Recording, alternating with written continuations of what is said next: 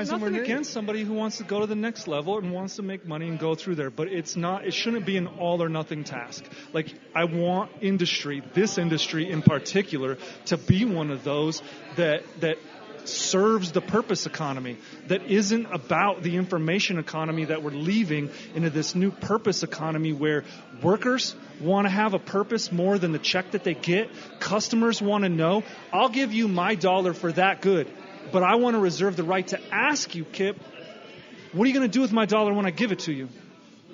Right? That's the purpose economy. Do you really want to know where that dollar goes? Because 3 out of 4 goes into some other girl's underwear. Conversation. I wish you guys the best. Yeah, thank you. Well, I want to ask you some more questions. So you joined on, when did you come on with Shift? 2010?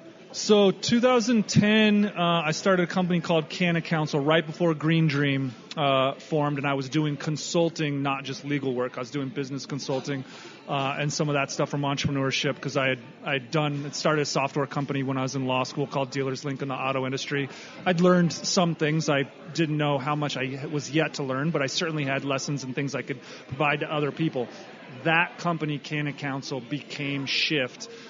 2013, 2014, but it's the same company. It was just a brand that I added. Instead of just consulting, I wanted to have a brand, and that was part of, I couldn't talk to anybody that didn't want to be a part of the paradigm shift, but I also wanted to make sure that I could get people to shift their perspective, right? And then I also wanted to make sure we were having fun. So to these days, we only grow the good shift. We have an indoor soccer team of our guys. We're called the Pieces of Shift, right? Like, if you can't fucking have fun while you're doing your grind, you're doing it wrong. I play them all. I was a midfielder in high school, and I played on the pitch. But, yeah, I mean, it's a six-person. Yeah. I was also a high school. I was more of in the marijuana than I was in, running the field and doing the sprints. I was an apathetic soccer player. Okay. But Chris is in the same boat, as well as he's also spent some time in England, so he uses fake words just like you. So. Yeah, no, you have to. You got to get out on the pitch, play a little footy. Yeah. Keep the ball on the floor, would you? Yeah, I mean, I saw that the United States did that just last week against the Venezuelans. I think we lost 3-0. So, yeah, we can keep talking soccer and we can keep dropping listeners. But I'd rather pursue this conversation of marijuana. And we were just talking about legislation and things of that nature. It made me think of Jared Polis. And so we've made some pretty big strides in the last week or so. And I want to kind of get your input as someone that has maybe a dispensary or has an herb galore. What's your take on the new stance with, we now have smoke lounges? Shout out to our friends over at Tetra Lounge. Oh, this is a long time coming. I mean, you've been waiting for this question the whole time. A long time coming. We need the smoke lounges. This is a part of the normalization. Think about alcohol, and when you think about alcohol from a societal impact view, go to any 5th grade school teacher and ask her, someone drinks alcohol in a group with people. Someone drinks alcohol alone at home. What does the 5th grade school teacher think about each one of those aspects, right? Oh, well, maybe drinking alone at home by yourself isn't the best thing, but being social with friends, oh yeah, then that's okay. Yet we've got cannabis in the same world but you're not allowed to smoke in the public. You're not allowed to smoke in national forest lands. You're not allowed to smoke at, the ski resorts. The best places, by the way. The best places to smoke, where we all still do smoke anyways, and if you don't like it, go fuck yourself. And now we might actually have the opportunity to have conscious conversation. I mean, I think about TJ and Ben Franklin and the rest of them smoking on their hemp pipes, sitting around, chatting about real shit, getting deep on some interstellar crap, going over here and talking. Come on. Martha, she'd have a fat bowl waiting for George when he came out. She would. Roast that thing. And so the opportunity, again, the other thing is visually. So maybe I didn't go into the bar and watch the people drinking, but I could casually see them drinking and having a merry old time. And I was like, oh, I guess those guys aren't so bad. Maybe I shouldn't, prescribe that everyone needs to be a teetotaler or they're going to fucking go to hell, right? So how do we normalize when you can't see somebody consuming? right? How do you see, well, it must just be stoners that smoke it. Well, how am I supposed to show that it's the lawyers and the doctors and the stoners and everyone in between? And the football players that you watch on Sunday. That's and right. If I Saturday. can't see them openly at a place where they can consume, right? And you can't set a good example if it's just always how to. But there's a million different reasons. But I met Jared a long time ago, 2011, maybe 2012, nice at a dinner. Well, no. And, are y'all first name basis now? He was. Hey, Trav. I had hey, Jared. amazing. He said, I'm Jared. Nice to meet you. I'm Travis. I sat next to him at dinner. We had a great dinner. We talked about a ton of different shit, stuff with him entrepreneuring with his greeting card company, a million different things. I don't know if he's a perfect man. I have no idea. But, I'm glad that he's stepping in. I know that he is more open to progress than some of the people that we had previously. I know that he's been willing to listen to the industry. And I'm very happy that he is. I said earlier, shouldn't all be pubcos. But the people in Colorado have been getting screwed for the last 3 or 4 years because CHickenlooper wouldn't let, or CHickenlooper as my homeboy Kayvon would say, right? So we're not pro CHickenlooper 2020 this week. Not necessarily. With the CHickenlooper, you had the opportunity. You just didn't show the balls, man. You just didn't show the balls. You didn't stand up for the things that were so obvious in front of you. And Kayvon has gone, at great lengths to describe that. But the truth is that when Jared came in and allowed these guys to come in and get capital from sources, why should all these states that let Colorado go first, the entrepreneurs, back to where I was trying to tell you, got me off track with my daughters in Inglewood. I had to go to my wife in 2010 and say, I'm going all in on cannabis. I'm going to sign up. I'm putting my name in. I'm putting in an application. I said, I don't know if the feds are going to kick our door down. I don't know if I'm going to go to jail. And she said to me straight up, Travis, I know you. And I know that if you want to do it, you're going to do it anyways. So make me one promise. That is, if you go to jail because you were growing and selling weed, and this was all medical back then, if you go to jail for giving people advice on how to take their cannabis and to do that stuff, I will come and visit you every visiting hours that they have, and I'll bring your kids. Say that the first 2 months. Yeah, then they're gone. I've seen it go. I've seen enough movies. I can't put the kid in front of this. She says, if you go to jail for not paying taxes or laundering money, she goes, I'm never bringing the kids to see you. Is that a deal? I said, that's a deal. She said, then I support you moving forward. Okay. So knowing that people in Colorado were going in and doing this, and that's not to take anything away from California that had been doing it since 96. Those cats, Steve D'Angelo and the rest of them up there that had Harborside and other dispensaries at the time that were going hard in the paint, tons of respect. But they weren't doing fingerprints and background checks and sending stuff to the FBI the way that we were doing. We were the first ones that gave our name to the federal government and said, we're doing weed. And we don't know what's going to happen. Colorado moved first, and then all those states followed when they knew that they could get the tax revenue, and they set up rules and regulations that allowed them to go get capital from public companies and out-of-state investors. Meanwhile, Colorado has been left behind.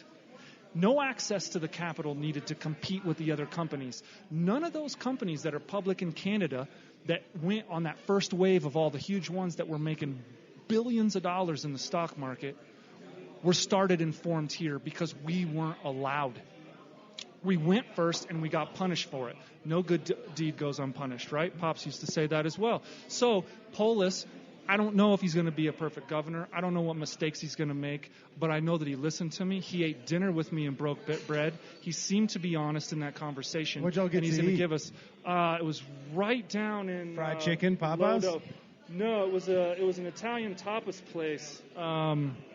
Yeah, an Italian tapas place. I can't remember, but I just kept eating all the bread because we'd been drinking. So I remember just like, put some more olive oil on that bread. Keep eating that bread. Possibly Old Trio? Right by the bridge. Rioja? Right by the bridge. It was a corner building right by the bridge. Dang. It's okay. Sorry, guys. Can't remember. I'm sorry. You were talking about It was things that years. matter. We smoked weed. I'm really we high. drank It's beer. I mean, you know. Nice. So he's a listener, and you kind of dig the lounge thing. Absolutely. No. Love the lounge thing. TLDR. Love the lounge. That's how you build a brand. if you can't see other people and what choices you walk into a bar and the guy in front of you orders Johnny Walker Blue. I didn't even know there was a Johnny Walker Blue until that cat ordered it. Then I wanted it. How do you build a brand when you can't advertise and you can't have other people with peer pressure? Yep. Hey, it's not peer pressure. It's just your turn. Yeah.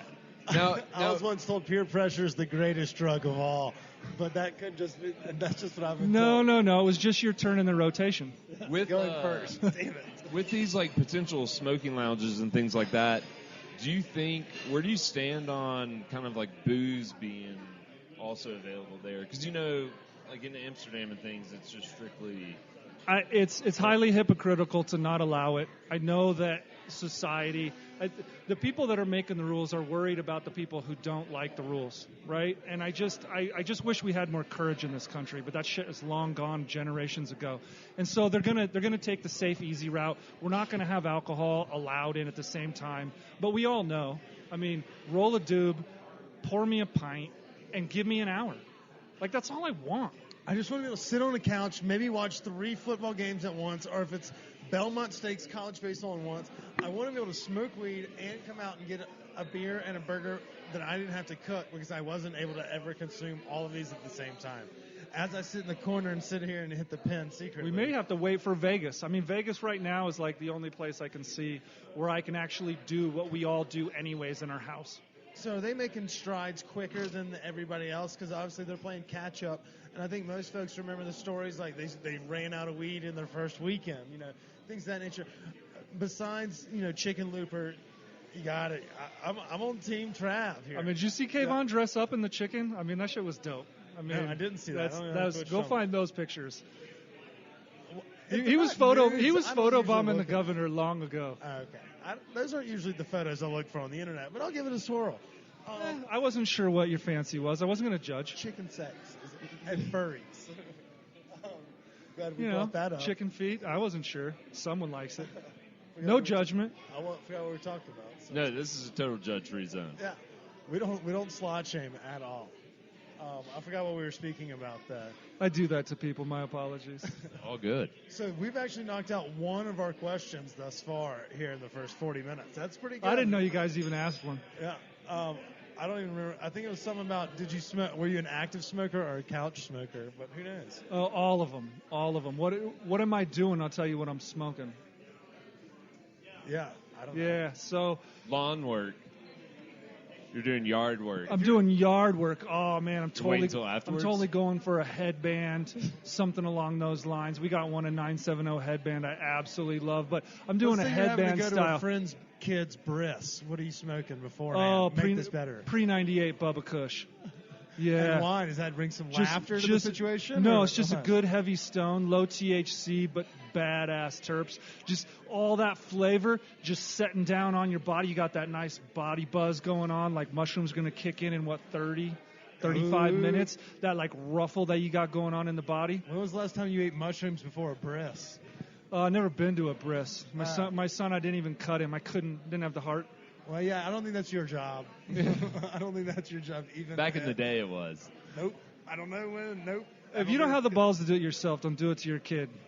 Going back to I'm just saying. Come on, you're gonna cut your kid in that area. If you want to do it, do it.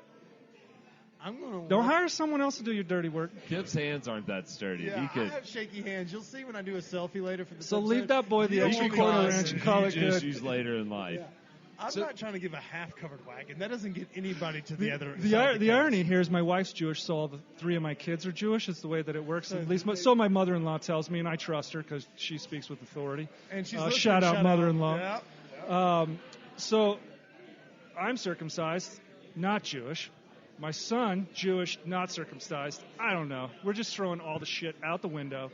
I'm the lawyer with a full sleeve of tattoos. I don't know what we're doing out here. I'm trying to have fun. I need another Goza. Shout out to the waitress. Yeah. By the way, let's remind everyone, we're down here at the Avery Brewing House. Boulder, it's off here on like 45th. Yeah, gun barrel proper, guys. Yeah. Gun barrel. Gun barrel, yeah. We are literally on the other side of Boulder. But it's a fantastic tap room. Like Chris mentioned earlier, it's like Costco for beer. They have just about everything. And we've actually met Adam. He's joined us on our previous episode. So shout out to Adam for having us. Absolutely. And the hospitality. And Chris's boy Ray. So we can continue on. We always like to give seamless shout out to our friends at the Fillmore Denver. We got a big slate of concerts coming up. Coheed and Cambria, Machine Gun Kelly, other stuff. Don't be shy. Go check them out, livenation.com. Back to the music. All right, so back to like kind of your business